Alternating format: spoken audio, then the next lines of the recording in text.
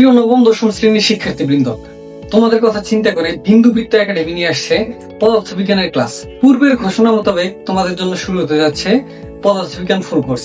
আজকে আমরা শুরু করব পদার্থবিজ্ঞান বইয়ের ৪র্থ অধ্যায় কাজ, ক্ষমতা এবং শক্তি। এই অধ্যায়ের কয়েকটা টপিকের মধ্যে প্রথম টপিকটা হচ্ছে কাজ। চলো কাজ নিয়ে কথা বলা যাক। দেখো, কাজ কি? আমরা সাধারণভাবে কোনো কিছু করাকেই কাজ বলে থাকি, কিন্তু পদার্থবিজ্ঞানে কাজ বলতে একটু ভিন্নধর্মী কিছু বোঝায়। চলো সেটা দেখে নেওয়া যাক। দেখো, কাজ এমন একটা জিনিস যে বল এবং স্মরণের গুণফল হয়। ধরো একটা গাড়ি কি হয়েছে, নষ্ট হয়ে গেছে। এই কি করতে হবে? ধাক্কা দিয়ে গ্যারেজ পর্যন্ত নিয়ে যেতে হবে।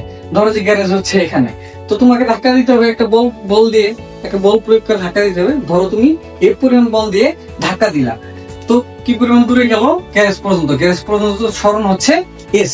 ঠিক আছে, তাহলে এই যে বলটা প্রয়োগ করলা এফ এবং যে স্মরণটা ঘটলো এস, এই দুটার গুণফলকে কি বলা হয়? কাজ বলা হয়। আর একটু সুন্দর করে সংজ্ঞাটা যদি আমি বলি, তাহলে এরকম হবে যে কোনো বস্তুর উপর যদি এফ বল প্রয়োগ করা হয় এবং ওই বলের দিকে যদি এস পরিমাণ স্মরণ হয়, তাহলে বল এবং স্মরণের গুণফলকে কাজ বলে। তার সংজ্ঞাটা কি দাঁড়ায়? সংজ্ঞাটা যদি কোনো বস্তুর উপরে এফ বল প্রয়োগ করা হয় এবং এফ বল প্রয়োগের ফলে যদি ওই বলের দিকে এস পরিমাণ স্মরণ হয়, তাহলে ওই বল এবং স্মরণের গুণফলকে কাজ বলা হয়। এখানে তাহলে কি হলো? বল কি দিছি আমরা? এফ। স্মরণ হয়েছে কত? এস। এই দুটার গুণফলকে কি বলা হয়? কাজ বলা হয়। কাজকে আমরা ডব্লিউ দিয়ে প্রকাশ করি। কি দিয়ে প্রকাশ করি? ডব্লিউ দিয়ে প্রকাশ করি। ডব্লিউ সমান তাহলে কি আসে আমাদের? F S. ডব্লিউ সমান এফ এস। ঠিক আছে, এই এফ এস কাজের একক আমাদের জুল। একক জুল। ঠিক আছে, কাজের একক কি? জুল। আর মাত্রা যদি আমরা নির্ণয় করি, মাত্রা আমরা এভাবে মুখস্থ আকারে না লিখে আমি তোমাদের কিভাবে বের করতে হয় সেটা তোমাদের দেখাই দিই। সেটা ধরো কাজের সূত্রটা কি আমাদের?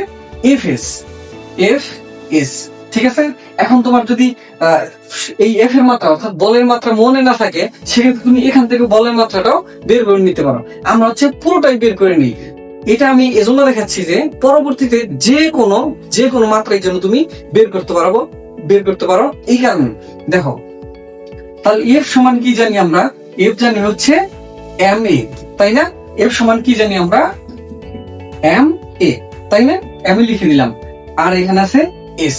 ঠিক আছে, তাহলে দেখো, এম মানে কি আমাদের বস্তুর ভর, এ মানে কি ত্বরণ, এস মানে স্মরণ। তাহলে ভরের মাত্রা কি তোমরা নিশ্চয়ই জানো? ভরের মাত্রা এম। তারপরে আমাদের ত্বরণের মাত্রা তোমাদের জানার কথা। ত্বরণের মাত্রা এল পার টি স্কয়ার। ওকে, আর স্মরণের মাত্রা এল। স্মরণের মাত্রা মানে দৈর্ঘ্যের মাত্রা এবং স্মরণের মাত্রা দুইটা একই, সেটা আমাদের এল। এটা গুণন আকারে আছে। ঠিক আছে, তাহলে এখানে গুণন আকারে আছে, এখানে গুণন আকারে আছে। তাহলে কি হলো? আমাদের গুণ করে দিই, যদি কি হয় এম এল এবং এল গুণ করলে কি হয়? এল স্কয়ার। তারপরে আছে আমাদের টি ইনভার্স 2। এটাই আমাদের কাজের মাত্রা। আরেকটা ইনফরমেশন তোমাদের দিয়ে রাখি, সেটা দেখো, আমরা এই গাড়িটাকে ধাক্কা দিয়ে কি করেছি? গ্যারেজ পর্যন্ত নিয়ে গিয়েছি। ঠিক আছে, এই জন্য আমাদের কি হয়েছে? ডাব্লিউ সমান এফ এস। এই পুরো স্মরণটা এবং এই বলটা আমরা গুণ করে আমরা কাজ পেয়ে গেছি। কিন্তু যদি এমন হতো যে আমরা ধাক্কা দিয়েছি এই রাস্তা পর্যন্ত আমরা ধাক্কা দিয়েছি, তারপরে এইটুকু রাস্তা গাড়ি একাই গিয়েছে, তাতে গাড়ি হয়তো গতিশীল হয়ে গিয়েছে, ঘুরতে একাই চলে গেছে, তাহলে কি আমরা কি ডাব্লিউ সমান এফ এস লিখলে কি কাজ পেয়ে যেতাম? না। কেন পেতাম না? কারণ আমরা স্মরণ ওইটুকু নিব যতটুকু সময় পর্যন্ত আমরা বল প্রয়োগ করেছি, ওই সময় যে পরিমাণ দূরত্ব অতিক্রম করেছে, অর্থাৎ ওই সময়ে যতটুকু স্মরণ ঘটেছে। সোজা বাংলায় যদি বলি, সেটা আমরা যতক্ষণ পর্যন্ত বল প্রয়োগ করব ততক্ষণের স্মরণ, যতক্ষণ পর্যন্ত বল প্রয়োগ করেছি ততক্ষণের স্মরণ। অর্থাৎ দুইটা বস্তু যতক্ষণ কন্ট্যাক্টে ছিল ততক্ষণ পর্যন্ত যে সময় যে স্মরণ ঘটেছে, ওই স্মরণ নিয়ে আমরা কি করব? কাজ বের করব। তখন এস এর মান কত হবে? এই পর্যন্ত ভ্যালুটা হবে। তুমি যদি এই পর্যন্ত কাউন্ট করে ফেলো, সেক্ষেত্রে কিন্তু তোমাদের কি অঙ্কটা ভুল হবে। ঠিক আছে, সো এটা মনে রাখবা যে যতক্ষণ পর্যন্ত বল প্রয়োগ করেছি ততক্ষণের স্মরণ আমরা ব্যবহার করব। যতক্ষণ পর্যন্ত বল প্রয়োগ করেছি ততক্ষণের স্মরণ। ঠিক আছে, এস এর মান হবে ওই ততক্ষণের স্মরণটা, যতক্ষণ পর্যন্ত আমরা বল প্রয়োগ করেছি। ধরো যে আমরা 1 সেকেন্ড ধরে বল প্রয়োগ করেছি বা 2 সেকেন্ড ধরে আমরা কি করছি, ধাক্কা দিছি, তারপর গাড়িটা আগে চলে গেছে, গতিশীল হয়ে গেছে, চলে গেছে, তাহলে আমরা কি পুরাটা জায়গা এই গাড়ি থেকে গ্যারেজ পর্যন্ত যতটুকু দূরত্ব ছিল ততটুকু ব্যবহার করব না। ওই 1 সেকেন্ড বা 2 সেকেন্ড যাবত যতক্ষণ ধরে বল প্রয়োগ করছি, ওই 1 সেকেন্ড বা 2 সেকেন্ডে যতটুকু স্মরণ ঘটেছে ততক্ষণ ওইটুকু স্মরণ নিয়ে আমরা কি বের করবো, কাজ বের করবো।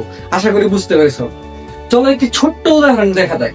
দেখো, ধরো এইখানে একটা বস্তু আছে, ঠিক আছে, এর ওজন হচ্ছে আমাদের 5 কেজি।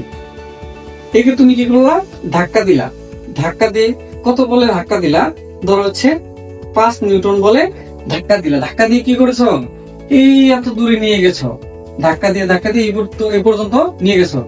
ধরো তুমি হচ্ছে 5 মিটার দূরে নিয়ে গিয়েছো, তাহলে কাজ কতটুকু হলো, আমাদের কতটুকু বল প্রয়োগ করা হয়েছে, 5 নিউটন, কতটুকু স্মরণ ঘটেছে, 5 মিটার। তাহলে আমরা কি জানি, ডাব্লিউ সমান এফ এস।